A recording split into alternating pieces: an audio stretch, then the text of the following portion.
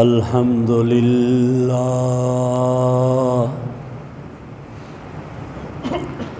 الحمد للہ وکفی والصلاة والسلام علی من لا نبی بعدہ وعلی آلہ واصحابہ الذین اوفوا عہدہ الذین هم مفاتیح الرحمت ومصابیح الغرر اما بعد فاعوذ باللہ من الشیطان الرجیم بسم اللہ الرحمن الرحیم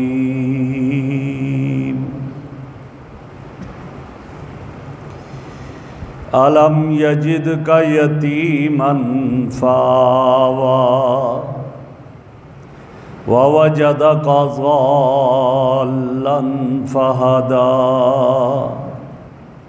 وَوَجَدَكَ عَائِلًا فَأَغْنَىٰ صدق اللہ مولانا العظیم وصدق رسولہ النبی الکریم اللہم صلی علی سیدنا و مولانا محمد وعلی آل سیدنا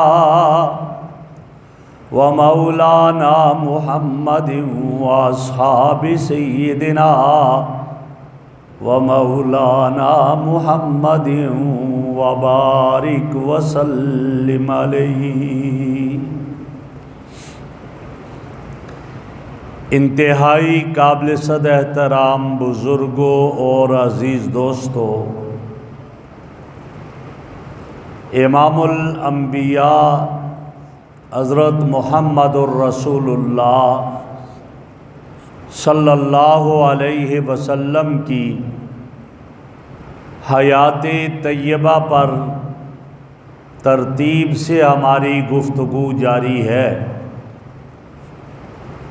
گزشتہ جمعہ ہماری بات یہاں پہنچی تھی کہ آپ علیہ الصلاۃ والسلام کا نکاح حضرت خدیجۃ الکبریٰ رضی اللہ تعالی عنہا سے ہوا۔ آپ کی عمر 25 سال تھی اور حضرت خدیجہ رضی اللہ عنہا کی عمر 40 سال تھی، اور آپ کے نکاح کا خطبہ آپ کے چاچا ابو طالب نے پڑھا، اور دوسرا خطبہ جو آپ کے اوصاف پر متصف تھا وہ حضرت ورقہ ابن نوفل نے پڑھا۔ اور یہ بات بھی ہو گئی تھی کہ آپ کی اولاد، آپ کے 2 بیٹے حضرت قاسم اور دوسرے کا نام حضرت عبداللہ تھا، اور آپ کی 4 صاحبزادیاں حضرت زینب، حضرت رقیہ، حضرت فاطمہ، حضرت ام کلثوم رضی اللہ عنہا، یہ حضرت خدیجۃ الکبریٰ رضی اللہ عنہا کے بطن سے تھی، اور ایک بیٹا آپ کا حضرت ابراہیم وہ آپ کی باندی ماریہ قبطیہ کے بطن سے تھا، جو کہ حبشہ کے بادشاہ نے آپ کو ہدیتاً وہ پیش کی تھی۔ اور ابراہیم کا انتقال بھی دودھ پینے کے زمانے میں ہو گیا، تو آپ نے فرمایا کہ اللہ نے جنت میں ایک مرضع دودھ پلانے والی میرے ابراہیم کے لیے مقرر کی ہوئی ہے، جو ابراہیم کو دودھ پلا رہی ہے۔ آپ کے ذہن میں ہوگا میں نے عرض کی تھی کہ جب تک حضرت خدیجہ آپ کے نکاح میں رہی آپ نے کوئی اور شادی نہیں کی۔ 25 سال تک حضرت خدیجہ آپ کا اور حضرت خدیجہ کا ساتھ رہا اور آپ نے اور کوئی نکاح نہیں کیا۔ جب حضرت خدیجہ کا انتقال ہوا، آپ صلی اللہ علیہ وسلم کی عمر 50 سال تھی، اور اس کے بعد آپ کے نکاح ہوئے باقی ازواج سے، اور آپ کے ازواج کی تعداد 11 تھی۔ لوگ اعتراض کرتے ہیں، جیسے کہ رشدی نے بھی اعتراض کیا، اسی طرح ایک آدمی نے، ایک ہندو نے کتاب لکھی تھی رنگیلہ رسول کے نام سے، اور اس نے بھی اعتراض کیا رسول اللہ صلی اللہ علیہ وسلم کے تعدد ازواج پر کہ الیاذ باللہ اتنی شادیاں کرنا، یہ مطلب ہے کہ آدمی پر شہوت غالب ہوتی ہے، جبکہ یہ بکواس تھا، آپ پر الزام ہے۔ آدمی جب عین شباب میں ہو اور اس عورت سے نکاح کرے جس کے پہلے 2 خامد گزر چکے ہوں، تو یہ اس بات کی دلیل نہیں ہوا کرتی ہے۔ آپ کے تعدد ازواج کی وجہ، وہ بھی رب کے حکم سے یہ سب کچھ تھا، اور اس کی وجہ یہ تھی کہ آپ کی جلوت کی زندگی تو صحابہ نے امت کے سامنے پیش کی، آپ کی خلوت اور تنہائیوں کی زندگی جو تھی وہ حضرات ازواج مطہرات نے پیش کی تھی۔ اس لیے، اور پھر جہاں جہاں آپ کا سسرال رہا، آپ کے ساتھ ایک ان کی محبتیں رہی، اور دین پھیلانے میں آپ کے لیے آسانی ہوئی، اس لیے یہ سب کچھ تھا۔ ورنہ جو ہے 50 سال کے بعد آپ اور شادیاں کریں، اور یہ بھی رب کی طرف سے تھا۔ بسا اوقات بعض رسموں کو توڑنا تھا، بسا اوقات بعض چیزوں کو ختم کرنا تھا، جیسے حضرت زینب رضی اللہ عنہا سے آپ کا نکاح کیوں ہوا؟ حضرت زینب کا نکاح آپ کے منہ بولا بیٹے حضرت زید ابن حارثہ سے تھا، اور زید ابن حارثہ نے طلاق دی۔ آپ سے نکاح اس لیے ہوا کہ اس دور میں کوئی، جیسے آج کہتے ہیں جی یہ میری منہ بولی بہن ہے، جی اب وہ ہے غیر محرم ہے، منہ بولی بہن حقیقی بہن نہیں ہوا کرتی، منہ بولا بیٹا حقیقی بیٹا نہیں ہوا کرتا۔ اس زمانے میں منہ بولے بیٹے کو حقیقی بیٹا سمجھا جاتا تھا، جیسے حقیقی بیٹے کی بیوی سے نکاح ناجائز سمجھا جاتا تھا، منہ بولے بیٹے کی بیوی سے بھی نکاح ناجائز سمجھا جاتا تھا۔ میرے اللہ نے اس بات کو توڑوانا تھا اپنے نبی کے ذریعے، اور قرآن میں کہہ دیا میرے محمد اب زینب کو زید طلاق دے گا، اور آپ نے اس سے نکاح کرنا ہے، اور اس بات کو آپ نے ختم کرنا ہے کہ منہ بولے بیٹے کی بیوی سے نکاح نہیں ہو سکتا، نہیں ہو سکتا ہے، آپ نکاح کر کے یہ بتائیں۔ اس لیے رب نے کروایا، بعض چیزوں کو توڑوانا اور ختم کروانا تھا، بعض امور اللہ کی طرف سے تھے۔ اسی طرح حضرت صفیہ رضی اللہ عنہ آپ کے نکاح میں آئی غزوہ خیبر میں، جب خیبر فتح ہوا اور وہاں جو ہے غنیمتیں جمع ہوئی، ان کی عورتیں بھی قبضے میں آئیں، تو صفیہ ایک صحابی کے حصے میں آئیں، تو سارے صحابہ آپ کی خدمت میں آئے، یا رسول اللہ یہ بہت بڑے سردار کی بیٹی ہے، بہت بڑے سردار کی بیوی ہے، ہم چاہتے ہیں کہ اس چیز کو بھی مد نظر رکھا جائے، اور آپ اس سے رکھیں اپنے پاس۔ تو آپ نے پھر حضرت صفیہ کو اپنے پاس رکھا، آزاد کیا، نکاح کیا، اور جب نکاح کیا تو حضرت صفیہ کی پیشانی پر ایک نشان تھا زخم کا۔ ایک دن آپ نے پوچھا صفیہ یہ کیا نشان ہے آپ کی پیشانی پر زخم کا؟ تو حضرت صفیہ نے کہا یا رسول اللہ رہنے دیجئے۔ کہا نہیں بتاؤ یہ نشان کیا ہے؟ اللہ کے حبیب اگر میں نے عرض کیا شاید محسوس نہ کر لیں۔ فرمایا نہیں بتاؤ۔ کہا ایک دن میں سو رہی تھی، میں نے خواب میں دیکھا آسمان کا چاند اتر کر کے میرے بستر پر میرے پہلو میں آ گیا، میں بیدار ہوئی، میں نے اپنے شوہر کو یہ خواب سنایا، میرے شوہر نے مجھے مارا، میری پیشانی پہ زخم و سمار سے آیا، کہنے لگا کہ تو اب محمد سے شادی کرنا چاہتی ہے۔ وہ یہودی خواب کی تعبیر اس نے کیا بتائی کہ تو اب محمد سے شادی کرنا چاہتی ہے۔ کیوں؟ دنیا میں اگر چاند کو کسی چیز سے تشبیہ دی جا سکتی ہے تو وہ صرف محمد عربی کی ذات ہے صلی اللہ علیہ وسلم۔ اور پھر وہ پورا ہوا خواب۔ فرمایا اب وہی چاند میرے پہلو میں آ گیا، میری خواب رب نے وہ پورا کر دیا اور وہ تعبیر دی۔ میں عرض کر رہا ہوں رب کی طرف سے کچھ احکامات تھے، اس لیے تو نبی صلی اللہ علیہ وسلم، نبی کی شادی اپنی مرضی سے نہیں تھی، رب کے حکم سے ہوا کرتی تھی۔ اسی لیے تو جب حضرت عائشہ رضی اللہ عنہا پر تہمت لگی اور عبداللہ ابن ابی رئیس المنافقین تہمت لگائی تو آپ نے صحابہ سے پوچھا کیا خیال ہے؟ ایک صحابی نے کہا طلاق دے دو، نبی کو بیویوں کی تو کمی نہیں ہے۔ بس یہ کہنا تھا، حضرت عمر کھڑے ہو گئے، اللہ کے حبیب آپ سے ایک سوال کرتا ہوں۔ فرمایا کیا؟ یہ بتائیے عائشہ کو آپ کی بیوی بنا کر آپ کے گھر بھیجنے والا کون ہے؟ بس یہ سوال تھا۔ میرے آقا کی انگلی آسمان کی طرف اٹھ گئی کہ عائشہ کو میرے گھر میری بیوی بنا کر بھیجنے والا اللہ ہے۔ تو عمر نے کہا آقا اب بس رہنے دیجئے، جس رب نے آپ کے گھر میں عائشہ کو بھیجا ہے وہی اس کا فیصلہ کرے گا۔ میرے آقا نے فرمایا عمر جزاک اللہ، میرے دل کی گرانی دور فرما دی، اور پھر رب نے قرآن کی آیات اتار دی، الخبیثات للخبیثین والخبیثون للخبیثات والطیبات للطیبین والطیبون للطیبات۔ پاکیزہ عورتیں پاکیزہ مردوں کے لیے ہوتی ہیں، ناپاک عورتیں ناپاک مردوں کے لیے ہوتی ہیں۔ میرے محمد آپ پاک ہیں تو آپ کے لیے عائشہ پاکیزہ عورت ہے۔ ان کی برات کا اعلان ہو گیا تو نبی کے گھر میں جو بیویاں آئی ہیں میرے رب کے حکم سے آئی ہیں۔ تو میں عرض کر رہا تھا کہ حضرت خدیجہ سے جب آپ کا نکاح ہوا عمر 25 سال، خدیجہ کی عمر 40 سال، حضرت خدیجہ کا انتقال ہوا آپ کی عمر 50 سال تھی۔ اس کے بعد آپ کی شادیاں ہوئیں، ازواج آپ کے گھر آئیں، لیکن حضرت عائشہ فرماتی ہیں رضی اللہ عنہ کہ باقی ازواج بھی آپ کے ساتھ ہوتی تھی، مجھے کبھی کسی زوجہ پر غیرت نہیں آئی سوائے خدیجہ کے۔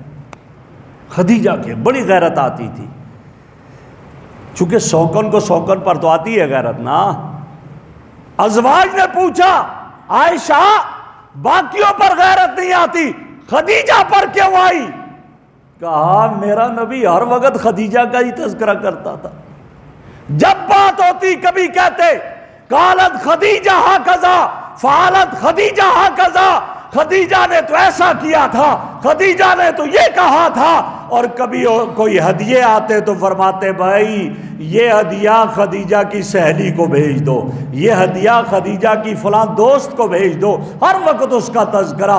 ایک دن میں نے یہ بات عرض کی، میں نے کہا اللہ کے حبیب میں کنواری کی حیثیت سے آپ کے نکاح میں آئی، میں اکیلی عورت ہوں جو کنواری آپ کے نکاح میں آئی، باقی سب جو ہے وہ کوئی بیوہ اور کوئی مطلقہ آپ کے نکاح میں آئی، وہ بڑھیا خدیجہ اس میں کیا رکھا ہے آپ ہر وقت اس کو یاد کرتے ہیں۔ فرمایا عائشہ تو اب میرے پاس آئی ہے، جب رب نے مجھے عزت دے دی، جب دنیا میری عزت کرنے لگی، میں گھر سے نکلتا ہوں میرے راستے میں پھول بچھائے جاتے ہیں، جب واپس آتا ہوں تحفے طائف لے کر آتا ہوں، اس وقت میں اس خدیجہ نے میرا ساتھ دیا، میں کیسے بلا سکتا ہوں؟ جب رب کے بعد اگر میرے لیے کوئی سہارا تھا تو وہ خدیجہ کا تھا۔ گھر سے نکلتا تھا لوگ پتھروں کی بارش کرتے تھے، واپس آتا تھا جسم خون سے رنگین ہوتا تھا، اور میری دلجوئی کرنے والی خدیجہ ہوتی تھی، میرا ساتھ دینے والی خدیجہ ہوتی تھی۔ میں اس خدیجہ کو کیسے بھلا سکتا ہوں؟ میں تو اس وقت ہر وقت اس سے یاد کیا کروں گا۔ یہ عورت کا مقام ہے، ایک عورت اپنے شوہر کے ساتھ اس طرح اس کے امور میں شریک ہو سکتی ہے، اور میرے آقا ہمیشہ یاد کرتے ہیں۔ اب آپ صلی اللہ علیہ وسلم کے شادیاں ہوئیں، میں نے تعدد ازواج کی وجہ بتا دی، آپ کی عمر آگے بڑھ رہی ہے، تو ایک دن کافروں نے یہ فیصلہ کیا کہ بھئی بیت اللہ پرانا ہو گیا ہے کافی، چلو ہم اس کی تعمیر کرتے ہیں، اس کو گرا کر دوبارہ تعمیر کرتے ہیں۔ لیکن پریشان اس بات پر تھے کہ مکہ کے لوگ پتھروں کی عمارت نہیں بنا سکتے تھے، پتھروں کی بیت اللہ کی تعمیر ابراہیم علیہ السلام نے کی تھی، پتھروں سے کی تھی، اور مکہ کے لوگ وہ مٹی کے گھر بناتے تھے، وہ پتھروں کے گھر نہیں بنا سکتے تھے، مٹی کو اندر سے کھریدا، گھر بن گیا، وہیں رہتے تھے۔ اب بیت اللہ کی تعمیر تو پتھروں سے ہونی تھی، پریشان ہو گئے کہ ہم پتھر سے تعمیر نہیں کر سکتے، کیا کریں؟ کچھ وقت گزرا تو ایک قبطی آ گیا وہاں پر، اس نے کہا میں تو پتھروں کی عمارت بنانے میں ماہر ہوں۔ کہنے لگے لگتا ہے اللہ ہم سے راضی ہو گیا ہے، لہٰذا اب ہم بیت اللہ کی تعمیر کریں گے، ہمیں مستری مل گیا۔ اور جب پتھروں کی جب تعمیر ہو تو اوپر شہتیر بھی چاہیے، لکڑیاں بھی چاہیے اوپر چھت کے لیے، مٹی کی گھر میں تو یہ چیز نہیں ہوتی۔ پھر پریشان ہوئے کہ ہمارے پاس لکڑیاں نہیں، شہتیر اور باقی لکڑیاں کیا کریں؟ اللہ کا کرنا ہوا ایک بہت بڑی کشتی آئی اور جدہ میں وہاں دریا سمندر کے کنارے پہنچی، خشکی پر آ گئی اور وہ لکڑی بھی انہیں مل گئی۔ تو کہنے لگے اب اللہ ہم پر راضی ہے، ہم بیت اللہ کی تعمیر کریں۔ وہ لکڑی بھی لے آئے، وہاں مستری بھی پہنچ گیا۔ جب یہ سب ہو گیا، اب کہا بھائی بیت اللہ کو گرائیں کیسے؟ وہ ابرا کا منظر ان کے سامنے تھا کہ جب ابرا بیت اللہ کو گرانے گیا تھا تو ابابیل ان ہاتھیوں کو لے کر تو اللہ نے ابابیلوں کے ذریعے ان کا جو حشر کیا تھا وہ ان کے سامنے تھا۔ اب کہنے لگے اس کو گرایا جائے کیسے؟ بیٹھے مشورہ ہوا، ان کا سردار ولید ابن مغیرہ بوڑھا تھا، اس نے کہا باقی سب جوان ہیں، آپ ایسا نہ کرو، میں بوڑھا آدمی ہوں، میں پہلے چڑھتا ہوں اوپر اور میں اوپر پتھر گراؤں گا، جب پتھر گراؤں گا اگر مجھے کچھ ہو گیا تو چلو میں بوڑھا ہی جاؤں گا، تم جوان بچ جاؤ گے تو پھر اس کو ہاتھ نہیں لگانا، اور اگر مجھے کچھ نہ ہوا پھر تم بھی ساتھ ہو جانا۔ کہا ٹھیک ہے جی۔ صبح ہوئی، جب آئے اوپر چڑھا دیوار پر، مغیرہ ولید ابن مغیرہ اوپر چڑھا، دیکھتا کیا کہ نیچے بہت بڑا اژدہا ہے، اندر بیت اللہ کے اندر بیٹھا ہوا ہے بہت بڑا اژدہا۔ اس نے کہا بھائی ہم پتھر گرا دیں گے لیکن یہ اندر اژدہا ہے، اس کا کیا کریں گے؟ پھر واپس آ گئے۔ کافر ہوتے ہوئے بھی اللہ کو مانتے تھے، لیکن وہ اتنا کہتے تھے کہ یہ اکیلا رب کچھ نہیں کر سکتا، لیاذ باللہ، یہ اس کے ساتھ معاون ہے، مدد کرنے والے، یہ خدا جو ہے یہ بارش برسانے والا، یہ خدا فلاں کام کرنے والا، یہ خدا فلاں کام کرنے والا، ورنہ اللہ کو وہ بھی مانتے تھے۔ اب کہنے لگے ایسا کرتے ہیں، اس طرح کرتے ہیں کہ آج رات کو رو رو کر سارے دعائیں کرتے ہیں، اللہ ہم آپ کا گھر بنانا چاہتے ہیں، تباہ نہیں کرنا چاہتے، تو اس کی صورتیں بنا۔ پوری رات ساروں نے رو رو کر دعائیں کی۔ صبح سارے بیٹھے ہوئے کھڑے وہاں بیت اللہ کے پاس پہنچے، دیکھ رہے تھے اجیاد کی طرف سے ایک بہت بڑا پرندہ آیا اور اس نے اس اژدہا کو اٹھایا اور ان لوگوں کے سامنے دیکھتے دیکھتے وہ لے کر غائب ہو گیا۔ جب وہ پرندہ چلا گیا، اب کہنے لگے ہاں اب اللہ کی طرف سے ہمیں رضا کا پروانہ مل گیا ہے۔ لیکن ایک بات کی انہوں نے، کہنے لگے بیت اللہ کی ہم تعمیر کریں گے، اس میں حرام کا پیسہ نہیں لگائیں گے۔ میں آپ کی توجہ چاہوں گا، حرام کا پیسہ نہیں لگائیں گے۔ اور انہوں نے کس کو حرام کا پیسہ کہا یہ جو عورتیں پیشہ ور عورتیں ہیں ان کا پیسہ نہیں لگائیں گے، وہ زنا کو ناجائز نہیں سمجھتے تھے، ان کے پیسے لیتے تھے، عورت لیتی تھی پیسے، کہا یہ پیسہ نہیں لگائیں گے اس بیت اللہ کی تعمیر میں۔ ایک کسی کی چیز کو غصب کیا جائے، زبردستی لی جائے، کہا اس کا پیسہ بھی ہم مسجد بیت اللہ میں نہیں لگائیں گے۔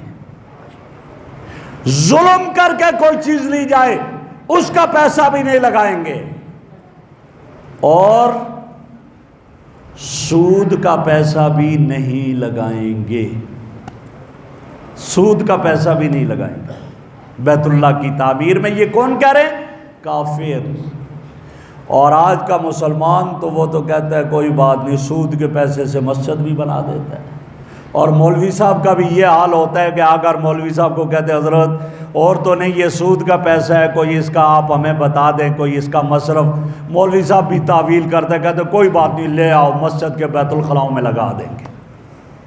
ہڑپ کرنا ہے نا کبھی بھی۔ وہ کافر وہ کہہ رہے ہیں کہ نہیں یہ حرام کا پیسہ ہم نہیں لگائیں گے، سود کا پیسہ نہیں، پیشہ ور عورت کی جو مزدوری ہے وہ نہیں لگائیں گے، ظلم کا پیسہ نہیں لگائیں گے۔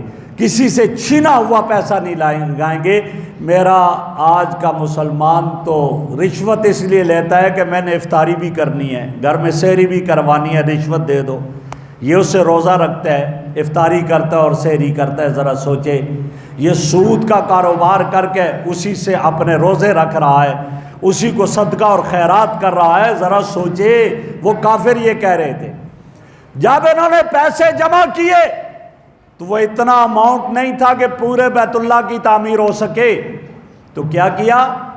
کہا ایسا کرتے ہیں کہ کچھ حصہ کم کر دیتے ہیں بیت اللہ کا۔ یہ جس کو ہم حتیم کہتے ہیں جو خالی ہے، یہ اس وقت انہوں نے کہا پھر اس حصے کو باہر نکال دو۔ حتیم کا حصہ باہر نکال دیا اور اندر دیوار کر دی۔ کیوں؟ حرام کا پیسہ نہیں لگانا چاہ رہے تھے کہ ہم حلال کا پیسہ لگائیں گے اور بیت اللہ کی تعمیر کریں گے۔ اس طرح انہوں نے بیت اللہ کی تعمیر کی۔ اسی لیے کہتے ہیں نا کہ حتیم میں اگر نماز پڑھو گے اس طرح ہے جیسے بیت اللہ کے اندر نماز پڑھ لی، یہ اس طرح۔ جب تعمیر بیت اللہ کی ہوئی، حجر اسود کو رکھنے کی باری آئی، سارے سردار اٹھ گئے۔ ایک نے کہا ہم رکھیں گے، دوسرے نے کہا ہم حجر اسود کو نصب کریں گے، تیسرے نے کہا ہم کریں گے، یہاں تک کہ یہ کیفیت ہوگی۔ کتابوں میں لکھا ہے کہ انہوں نے برتن میں خون ڈال کے اپنے ہاتھوں کو برتن اس خون میں رنگین کر دیا۔ یہ عاد تھا کہ ہم مر جائیں گے، خون بہا دیں گے، لیکن ہم حجر اسود کے نصب کرنے سے پیچھے نہیں ہٹیں گے۔ یہ کیفیت۔ اور عربوں کی لڑائی تو آپ جانتے ہیں کیا تھی۔ جب یہ کیفیت ہوئی تو آخر میں اس پر آئے کہ بھائی صبح سب سے پہلے جو شخص حرم میں داخل ہوگا، مسجد حرام میں، وہ جو فیصلہ کرے گا اس کو مان لے گی۔ سب نے کہا ٹھیک ہے، چلے گئے۔ اور میرے آقا تو پوری رات عبادت کرنے والے تھے۔ جب صبح سارے سردار آئے حرم میں، دیکھتے کیا ہے؟ میرے آقا بیٹھے ہوئے ہیں حرم میں۔ سب نے کیا کہا؟ یہ تو وہ ہے جس کو ہم امین کہتے ہیں، سچا کہتے ہیں، جس کا لقب صادق اور امین ہے۔ جوانی میں لقب صادق اور امین تھا۔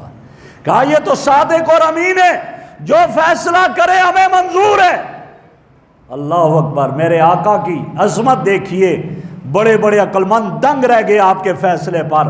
آپ نے فیصلہ کیا کیا؟ آپ نے چادر منگوائی، چادر بچھائی، بچھا کر کے آپ نے وہ حجر اسود کو اٹھایا، چادر پہ رکھا اور رکھ کر فرمایا ہر قبیلے کا ایک سردار اس چادر کے کناروں کو پکڑے، ہاتھ لگائے، اٹھا لے۔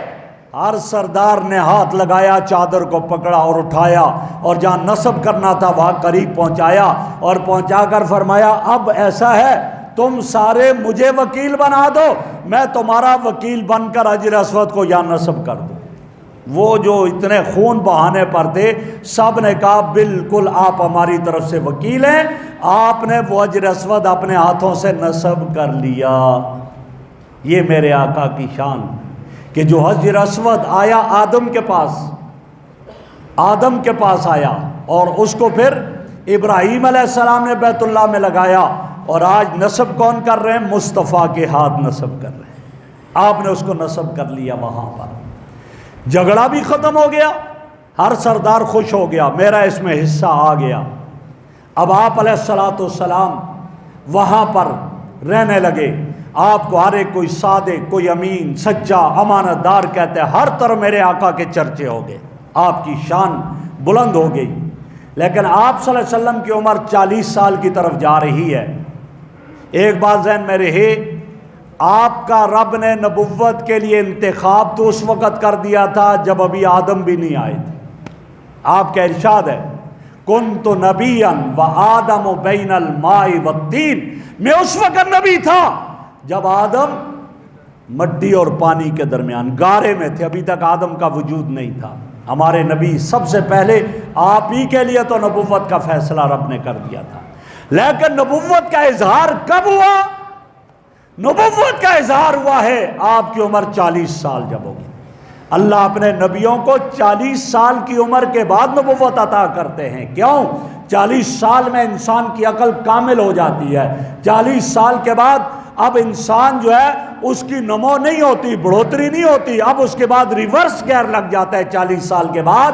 لہذا اس لیے جب سب کچھ کامل ہے اب اللہ اس کے لیے نبوت کا فیصلہ کرتے ہیں. آپ 40 سال کے قریب ہونے لگے تو آپ پر اللہ نے مبشرات ظاہر کرنے لگی، بشارتیں آنے لگی، ارحاس آنے لگے. ارحاس عربی میں کہا جاتا ہے آپ کو مختلف چیزیں نظر آنے لگی. کبھی آپ خواب دیکھتے اور آپ کا خواب فوراً سچا ہوتا تھا، آپ کو کبھی بشارتیں ملتی، کبھی آپ گزرتے آپ کو پتھر سلام کرتے، کبھی آپ گزرتے آپ کو درخت سلام کرتے، کبھی کیا ہوتا، کبھی کیا خواب آپ دیکھتے. یہ کیفیت ہو گئی. اور یہاں تک کہ آپ علیہ الصلاۃ والسلام کو لوگوں میں رہنا اتنا پسند نہ آیا بلکہ اس کی بنسبت تنہائی پسند آئی. آپ تنہا رہنے لگے، عبادت کرنے لگے. آپ نے غار حرا کی طرف جانا شروع کر دیا. غار حرا میں راتیں گزارتے. حضرت خدیجہ الکبریٰ رضی اللہ عنہا آپ کے لیے زاد راہ توشہ تیار کرتی، آپ کو دے دیتی، باندھ کر لے جاتے. کئی دن غار حرا میں رہتے، عبادت کرتے رہتے، اور جب وہ سامان ختم ہوتا پھر آ جاتے، اور پھر حضرت خدیجہ آپ کو سامان دیتی، آپ پھر غار حرا میں چلے جاتے. اور غار حرا کا انتخاب کیوں کیا؟